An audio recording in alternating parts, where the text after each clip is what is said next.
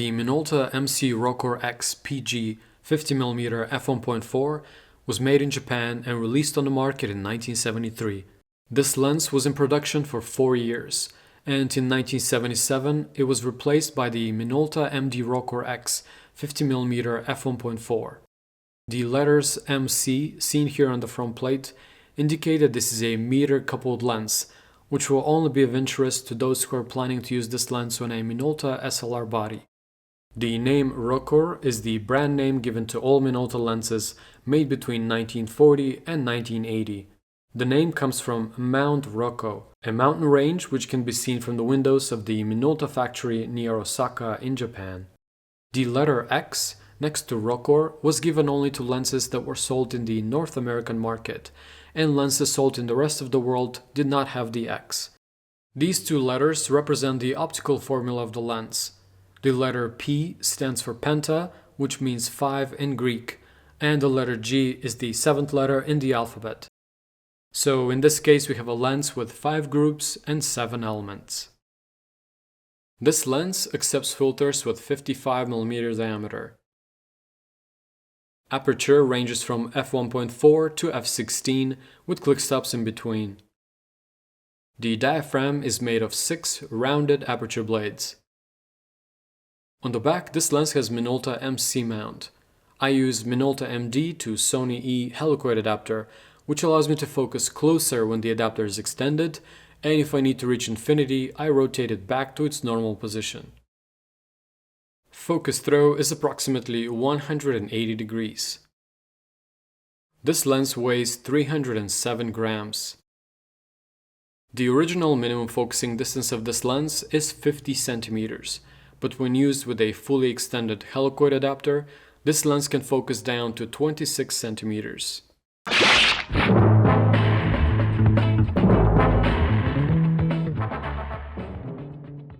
The Minolta MC Rokkor-X PG 50mm f1.4 is an excellent vintage lens.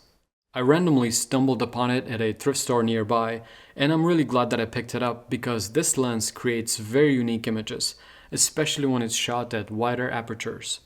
At f1.4, this Minolta has buttery smooth out-of-focus blur, with a dreamy rendition and a painterly quality. Sometimes the shots from this lens really look like they were made with watercolors. There is something quite special about the way this lens separates subject and background. It creates a certain atmosphere that looks simply magical. When it comes to sharpness, this lens really transforms between f1.4 and f5.6.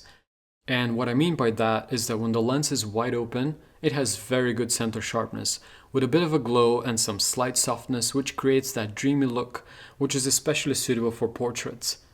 But when you stop it down, it gets very sharp by f2.8 and ridiculously sharp by f5.6 with amazing corner-to-corner sharpness and excellent resolution. I personally love that this lens can give me super soft painterly bokeh when I want it, but it also delivers incredibly sharp results whenever the shot requires it. The colors from this mid-70s Minolta are also very unique. They're slightly less saturated with a special vintage look when the lens is wide open, but become a lot richer and more contrasty as you stop it down. Minolta lenses have never disappointed me with their colors, and this one is not an exception. As can be expected from a fast 50mm lens, this one does have some vignetting, especially when it's shot wide open, but that is all gone by f4. When it comes to distortion, I did notice some barrel distortion, but only a small amount which can be easily fixed in post. Build quality is of course fantastic. This lens is made entirely out of metal and it feels super sturdy and solid. This lens is simply a joy to use and I have absolutely no complaints whatsoever when it comes to its mechanical performance. Perhaps the main issues with this lens is how it deals with chromatic aberrations and flare. Chromatic aberrations are visible when the lens is shot in challenging conditions and there is some magenta fringing, so have that in mind. Flare and ghosting are definitely noticeable when the lens is pointed towards the sun. For those of you who actually appreciate lens flare, you will enjoy this lens, but if flare is not your thing, you might want to consider other options. But even with these couple of issues, I still think that this lens is a gem. I personally love its rendering when the lens is shot at wider apertures, and I'm a big fan of its painterly bokeh. But I also love its incredible sharpness when it's stopped down to f5.6 or f8. And that versatility is one of the main reasons why I appreciate this Minolta so much. If you want a perfect 50mm lens, this one will not fit the bill, but if you want a lens with a magical rendering, unique vintage look, beautiful colors and excellent build quality, then check out the Minolta MC Rokkor-X PG 50mm f1.4.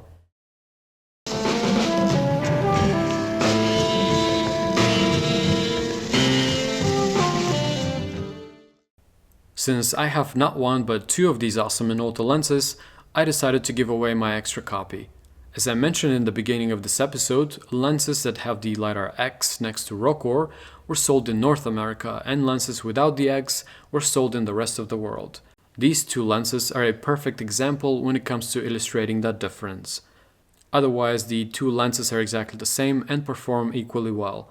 So for this giveaway, I thought it would be fun to send the winner the lens that was made for their region, which means that if you live in North America, I will send you the lens with the X, and if you live anywhere else in the world, you will get the one without the X. So all you need to do is leave me a comment below letting me know that you would like to participate in the giveaway, and if you're new to the channel, don't forget to subscribe.